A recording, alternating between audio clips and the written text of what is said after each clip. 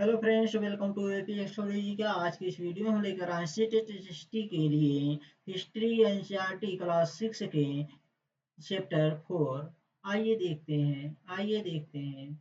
Chapter 4 है history का, class 6 का। क्या बताती है हमें किताबें और खबरें। टॉपिक आज का है क्या बताती हैं हमें किताबें और खबरें। आइए देखते हैं। पुस्तकालय मेरी जैसे ही घंटी बजी, शिक्षक ने छात्रों को अपने साथ आने को कहा। आज वे पहली बार पुस्तकालय जा रहे थे। मेरी ने देखा कि पुस्तकालय उसकी कक्षा से काफी बड़ा था और वहाँ वहाँ किताबों से भरे कई रैक थे। कोने में एक अलमारी थी जो मोटी मोटी किताबों से भरी थी।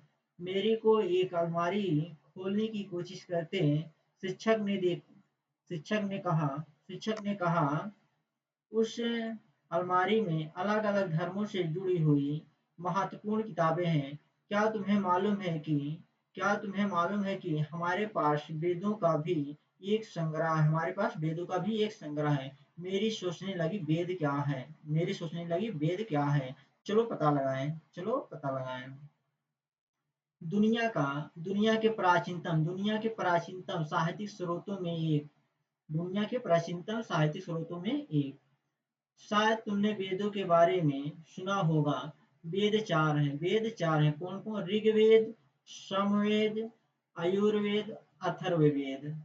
सबसे पुराना वेद ऋग्वेद है, जिसकी रचना लगभग 3500 साल पहले हुई थी। ऋग्वेद की रचना 35 साल पहले हुई थी। सबसे पुराना वेद ऋग्वेद है। ऋग्वेद में 1000 से ज्यादा प्रथाएं हैं, जिन्हें सूक्त कहा गया है। सूक्त का मतलब है अच्छी तरह से बोला गया।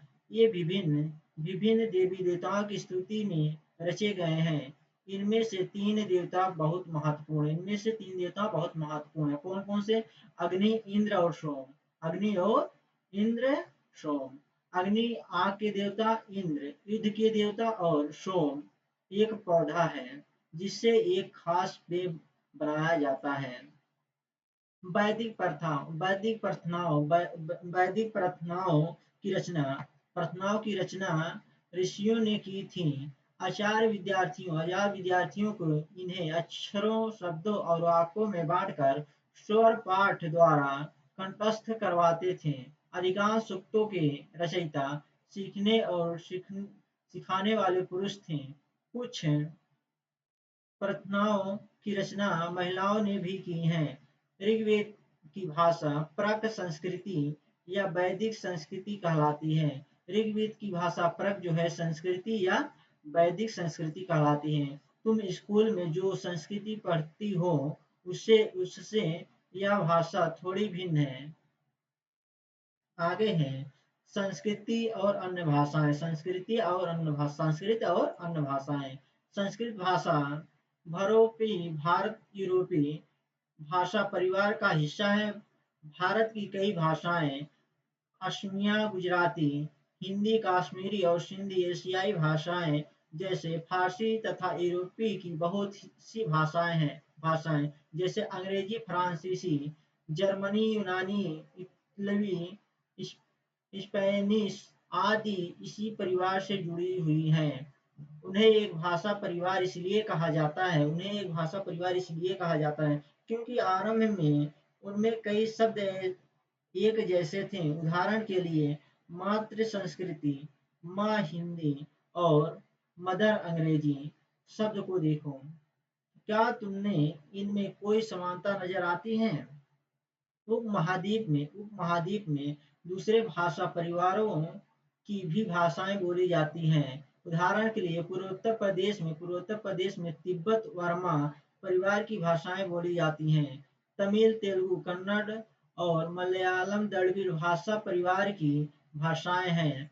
जबकि झारखंड और मध्य भारत के कई हिस्सों में बोली जाने वाली भाषाएं ऑस्ट्रो एशियाटिक परिवार से जुड़ी हैं। उन भाषाओं की सूची बनाओ जिनके बारे में तुमने सुन रखा है। उनके भाषा परिवारों को पहचानने की कोशिश करो। हम जिन किताब को पढ़ते हैं वे लिखी और छापी गई हैं। ऋग्वेद का उच्चारण किया जाता है और श्रवण किया जाता है, न कि पढ़ा जाता है। रचना के कई सदियों बाद इसे पहली बार लिखा गया है। इसे छापने का काम तो मुश्किल से 200 साल पहले हुआ। इसके छापने का जो काम 200 साल पहले हुआ था। इतिहासकार इतिहासकार ऋग्वेद का अध्ययन कैसे करते हैं?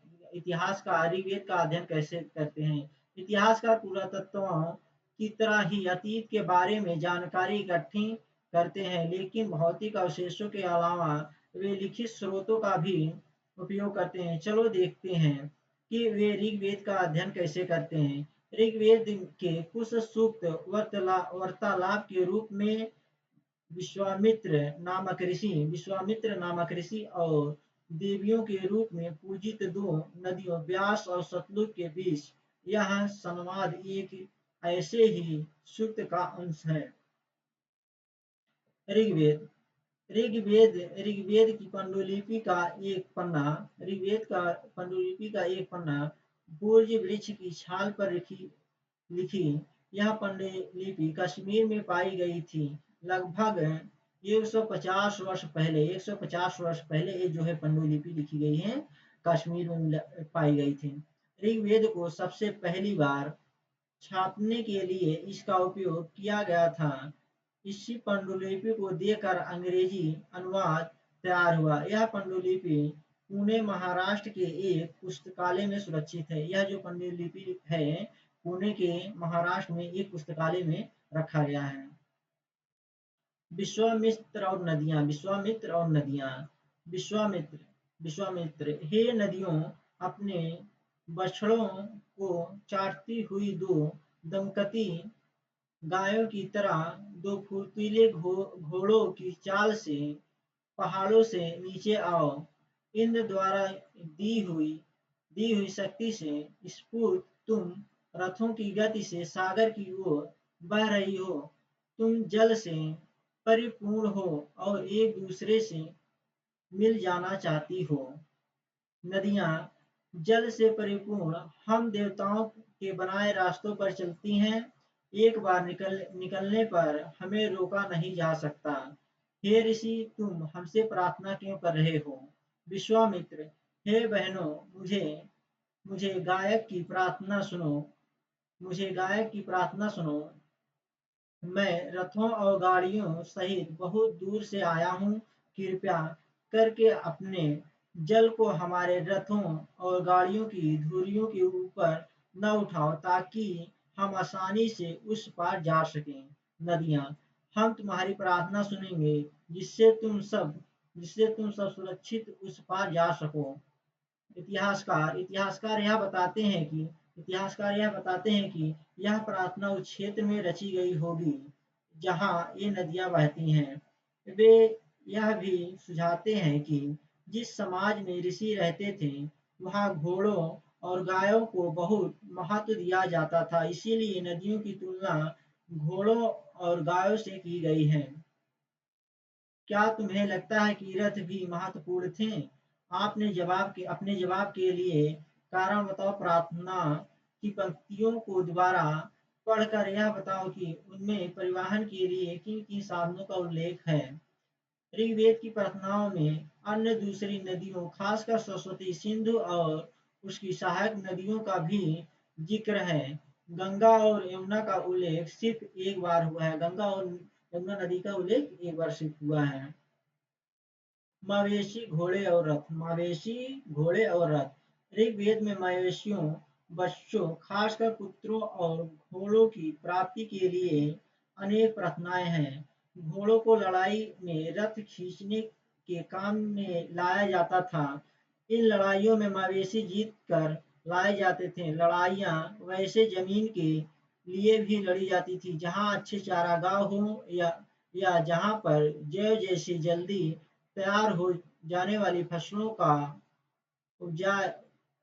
को उपजाया जा सके। कुछ लड़ाइयाँ पानी के स्रोतों और लोगों को बंदी बनाने के लिए भी लड़ी जाती थीं। युद्ध में जीते गए धन का कुछ भाग सरदार रख लेते थे तथा कुछ हिस्सा पुरोहित को दिया जाता था। शेष धन आम लोगों में बांट दिया जाता था। कुछ धन यज्ञ करने के लिए भी प्रयुक्त होता था।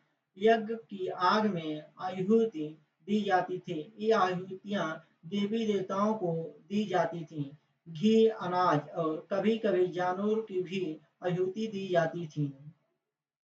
अधिकांश पुरुष इन युद्धों में भाग लेते थे। कोई अस्थायी सेना नहीं होती थी, लेकिन लोग सभाओं में मिलते जुलते थे और युद्ध व शांति के विषय में सलाह सलाह मशविरा करते थे। वहाँ ये ऐसे लोगों को अपना सरदार चुनते थे जो बहादुर और कुशल योद्धा हो। लोगों की विशेषता बताने वाले शब्द। लोगों का वर्गीकरण काम, भाषा, परिवार या समुदाय, निवास स्थान या संस्कृति परंपरा के आधार पर किया जाता था। लोग का वर्गीकरण काम, भाषा, परिवार, समुदाय और संस्कृति की परंपरा के आधार पर किया जाता था। ऋग्वेद में लोगों की विशेषता बताने वाले कुछ शब्दों को देखो। ऐसे दो समूह हैं जिनका वर्गीकरण काम के आधार पर किया गया है। पुरोहित, जिन्हें कभी कभी ब्राह्मण कहा जाता है, तरह तरह के यज्ञ और अनुष्ठान करते थे। दूसरे लोग थे राजा। ये राजा वैसे नहीं थे जिनके बारे में तुम बाद में पढ़ोगे। ये न तो बड़ी राजधानियों और महलों में रहते थे, इनके पास सेना थी, न ही कर वसूलते थे। प्रायः राजा की मृत्यु के बाद उसका बेटा अपने आप ही शासक नहीं बन जाता था।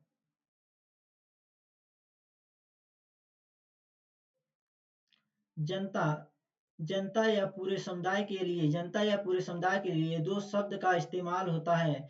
एक था जिसका प्रयोग हिंदी व अन्य भाषाओं में आज भी होता है। दूसरा था विश्व, जिससे वैश्य शब्द निकला है। इस विषय पर तुम अध्याय 5 में विस्तार से पढ़ोगे। ऋग्वेद में शिव और जनों के नाम मिलते हैं, इसीलिए हमें पुरुजन या विषभरत जन या यदुजन या विष जैसे कई उल्लेख मिलते हैं। तुम्हें इनमें से कोई नाम जाना पहचाना लगता है? जिन लोगों ने इन प्रार्थनाओं की रचना की, वे कभी कभी खुद को आर्य कहते थे तथा अपने विरोधियों को दास या दाइश्व कहते थे। दाइश्व वे लोग थे जो यज्ञ नहीं करते थे और शायद दूसरी भाषाएं बोलते थे। बाद के समय में दास स्त्रीलिंग दासी शब्द का मतलब गुलाम हो गया।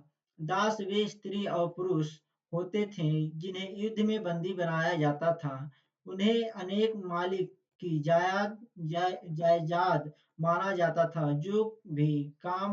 जो भी काम मालिक चाहते थे, उन्हें वह सब करना पड़ता था। जिस युग में उपमहाद्वीप के उत्तर पश्चिम में ऋग्वेद की रचना हो रही थी, उसी समय दूसरी जगहों पर एक अलग तरह का विकास हो रहा था। देखो वहाँ क्या हो रहा था। खामोशी प्रहरी, कहानी महापाषाणों की। अगले पृष्ठ में चित्र को देखो। ये शिलाखंड महापाषाण, बड़ा पाषाण पत्थर, महा मतलब बड़ा, पाषाण मतलब पत्थर, नाम से जाने जाते हैं। ये पत्थर दफन करने की जगह पर लोगों द्वारा बड़े बड़े करीन बड़े करीने से लगाए गए थे। महापाषाण कब्र बनाने की प्रथा लगभग 3000 साल पहले शुरू हुई थी। यह प्रथा दक्कन, दक्षिण भारत, उत्तर पूर्वी भारत और कश्मीर में प्रचलित थी। कुछ महत्वपूर्ण महापाषाण पुरास्थल मानचित्र 2 में देखिए। कुछ महापाषाण जमीन के ऊपर ही दिख जाते हैं, कुछ महापाषाण जमीन के भीतर भी होते हैं। कई बार पुरातत्वविदों को गोलाकार सजाए हुए पत्थर मिलते हैं, कई बार अकेला खड़ा हुआ पत्थर मिलता है। ये ही एकमात्र प्रमाण है जो जमीन के नीचे कब्रों को दर्शाते हैं। महापाषाणों के निर्माण के लिए लोगों को कई तरह के काम करने पड़ते थे। हमने जो कार्यों की सूची बनाई है उनमें क्रमबद्ध करो। गड्ढे खोदना, शिलाखंडों को ढोकर लाना, बड़े पत्थरों को तराशना और मरे हुए को दफनाना।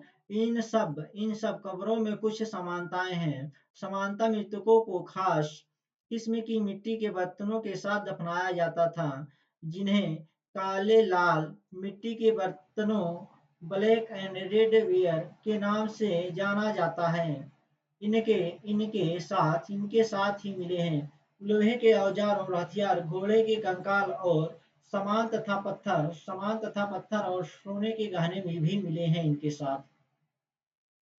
क्या हड़प्पा के शहरों में लोहे का प्रयोग होता था? महापाषाण कब्रों में मिले लोहे के सामान, बाईं ओर घोड़े के लिए सामान, नीचे बाईं ओर कुल्हाड़ी, नीचे एक कटर। एक घोड़े के लिए सामान है, एक कुल्हाड़ी है, एक कटर है। लोगों की सामाजिक असमानताओं के बारे में पता करना। लोगों की सामाजिक असमानताओं के बारे में पता करना। पुरातत्व यह मानते हैं कि कंकाल के साथ पाई गई चीजें मरे हुए व्यक्ति की ही रही होगी। कभी-कभी यह कब्र की तुलना में दूसरी कब्र में ज्यादा चीजें मिलती हैं। ब्रह्मगिरी को खोजो। मानचित्र 2 पर ब्रह्मगिरी की खोजो। यहाँ एक व्यक्ति की कब्र में 33 सोने के मनके और शंख पाए गए हैं। दूसरे कंकालों के पास सिर्फ कुछ मिट्टी के बर्तन ही पाए गए हैं। यह दफनाए गए लोगों की सामाजिक स्थिति में भिन्नता को दर्शाता है। कुछ लोग अमीर थे तो कुछ लोग गरीब, कुछ लोग सरदार थे, कुछ लोग अनुयायी। क्या कुछ कब्रगाहें खास परिवारों के लिए थीं?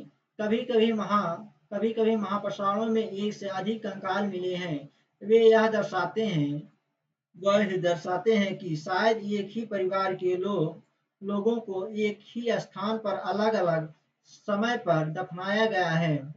बाद में मरने वाले लोगों को पोर्ट होल के रास्ते कब्रों में लाकर दफनाया जाता था। ऐसे स्थान पर गोलाकार लगाए गए पत्थर या चट्टान चिन्हों का काम करते थे, जहां लोग आवश्यकता अनुसार शवों को दफनाने दोबारा आ सकते थे।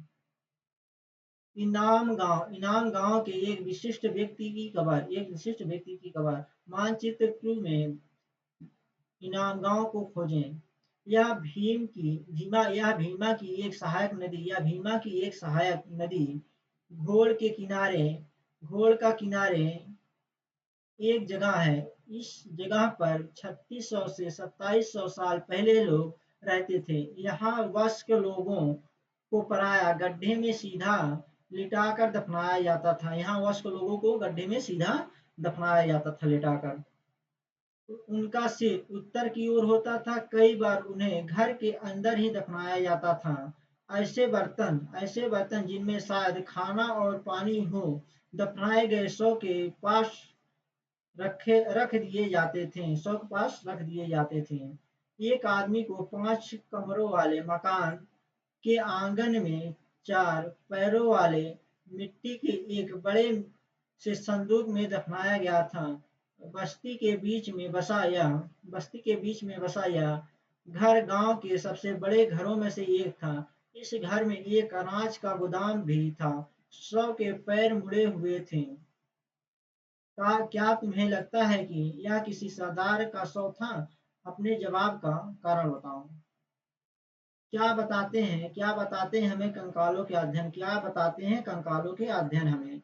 छोटे आकार के आधार पर एक बच्चे के कंकाल को आसानी से पहचाना जा सकता है, लेकिन एक बच्चे और बच्ची के कंकाल के बीच कोई बड़ा फर्क नहीं होता है। क्या हम यह पता लगा सकते हैं कि कंकाल किसी पुरुष का था या स्त्री का?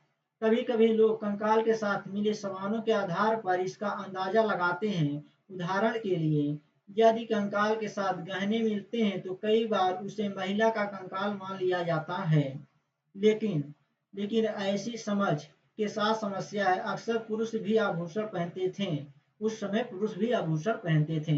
कंकाल का लिंग पहचानने का बेहतर तरीका उसकी हड्डियों की जांच है। क्योंकि महिलाएं बच्चों को जन्म देती हैं, इसीलिए उनकी कटी प्रदेश कटी प्रदेश या कुल्हड़ पुरुषों से ज्यादा बड़ा होता है। ये समझ कंकालों के आधुनिक अध्ययन पर आधारित है। आज से लगभग 2000 साल पहले चरक नाम के प्रसिद्ध वैद्य हुए थे।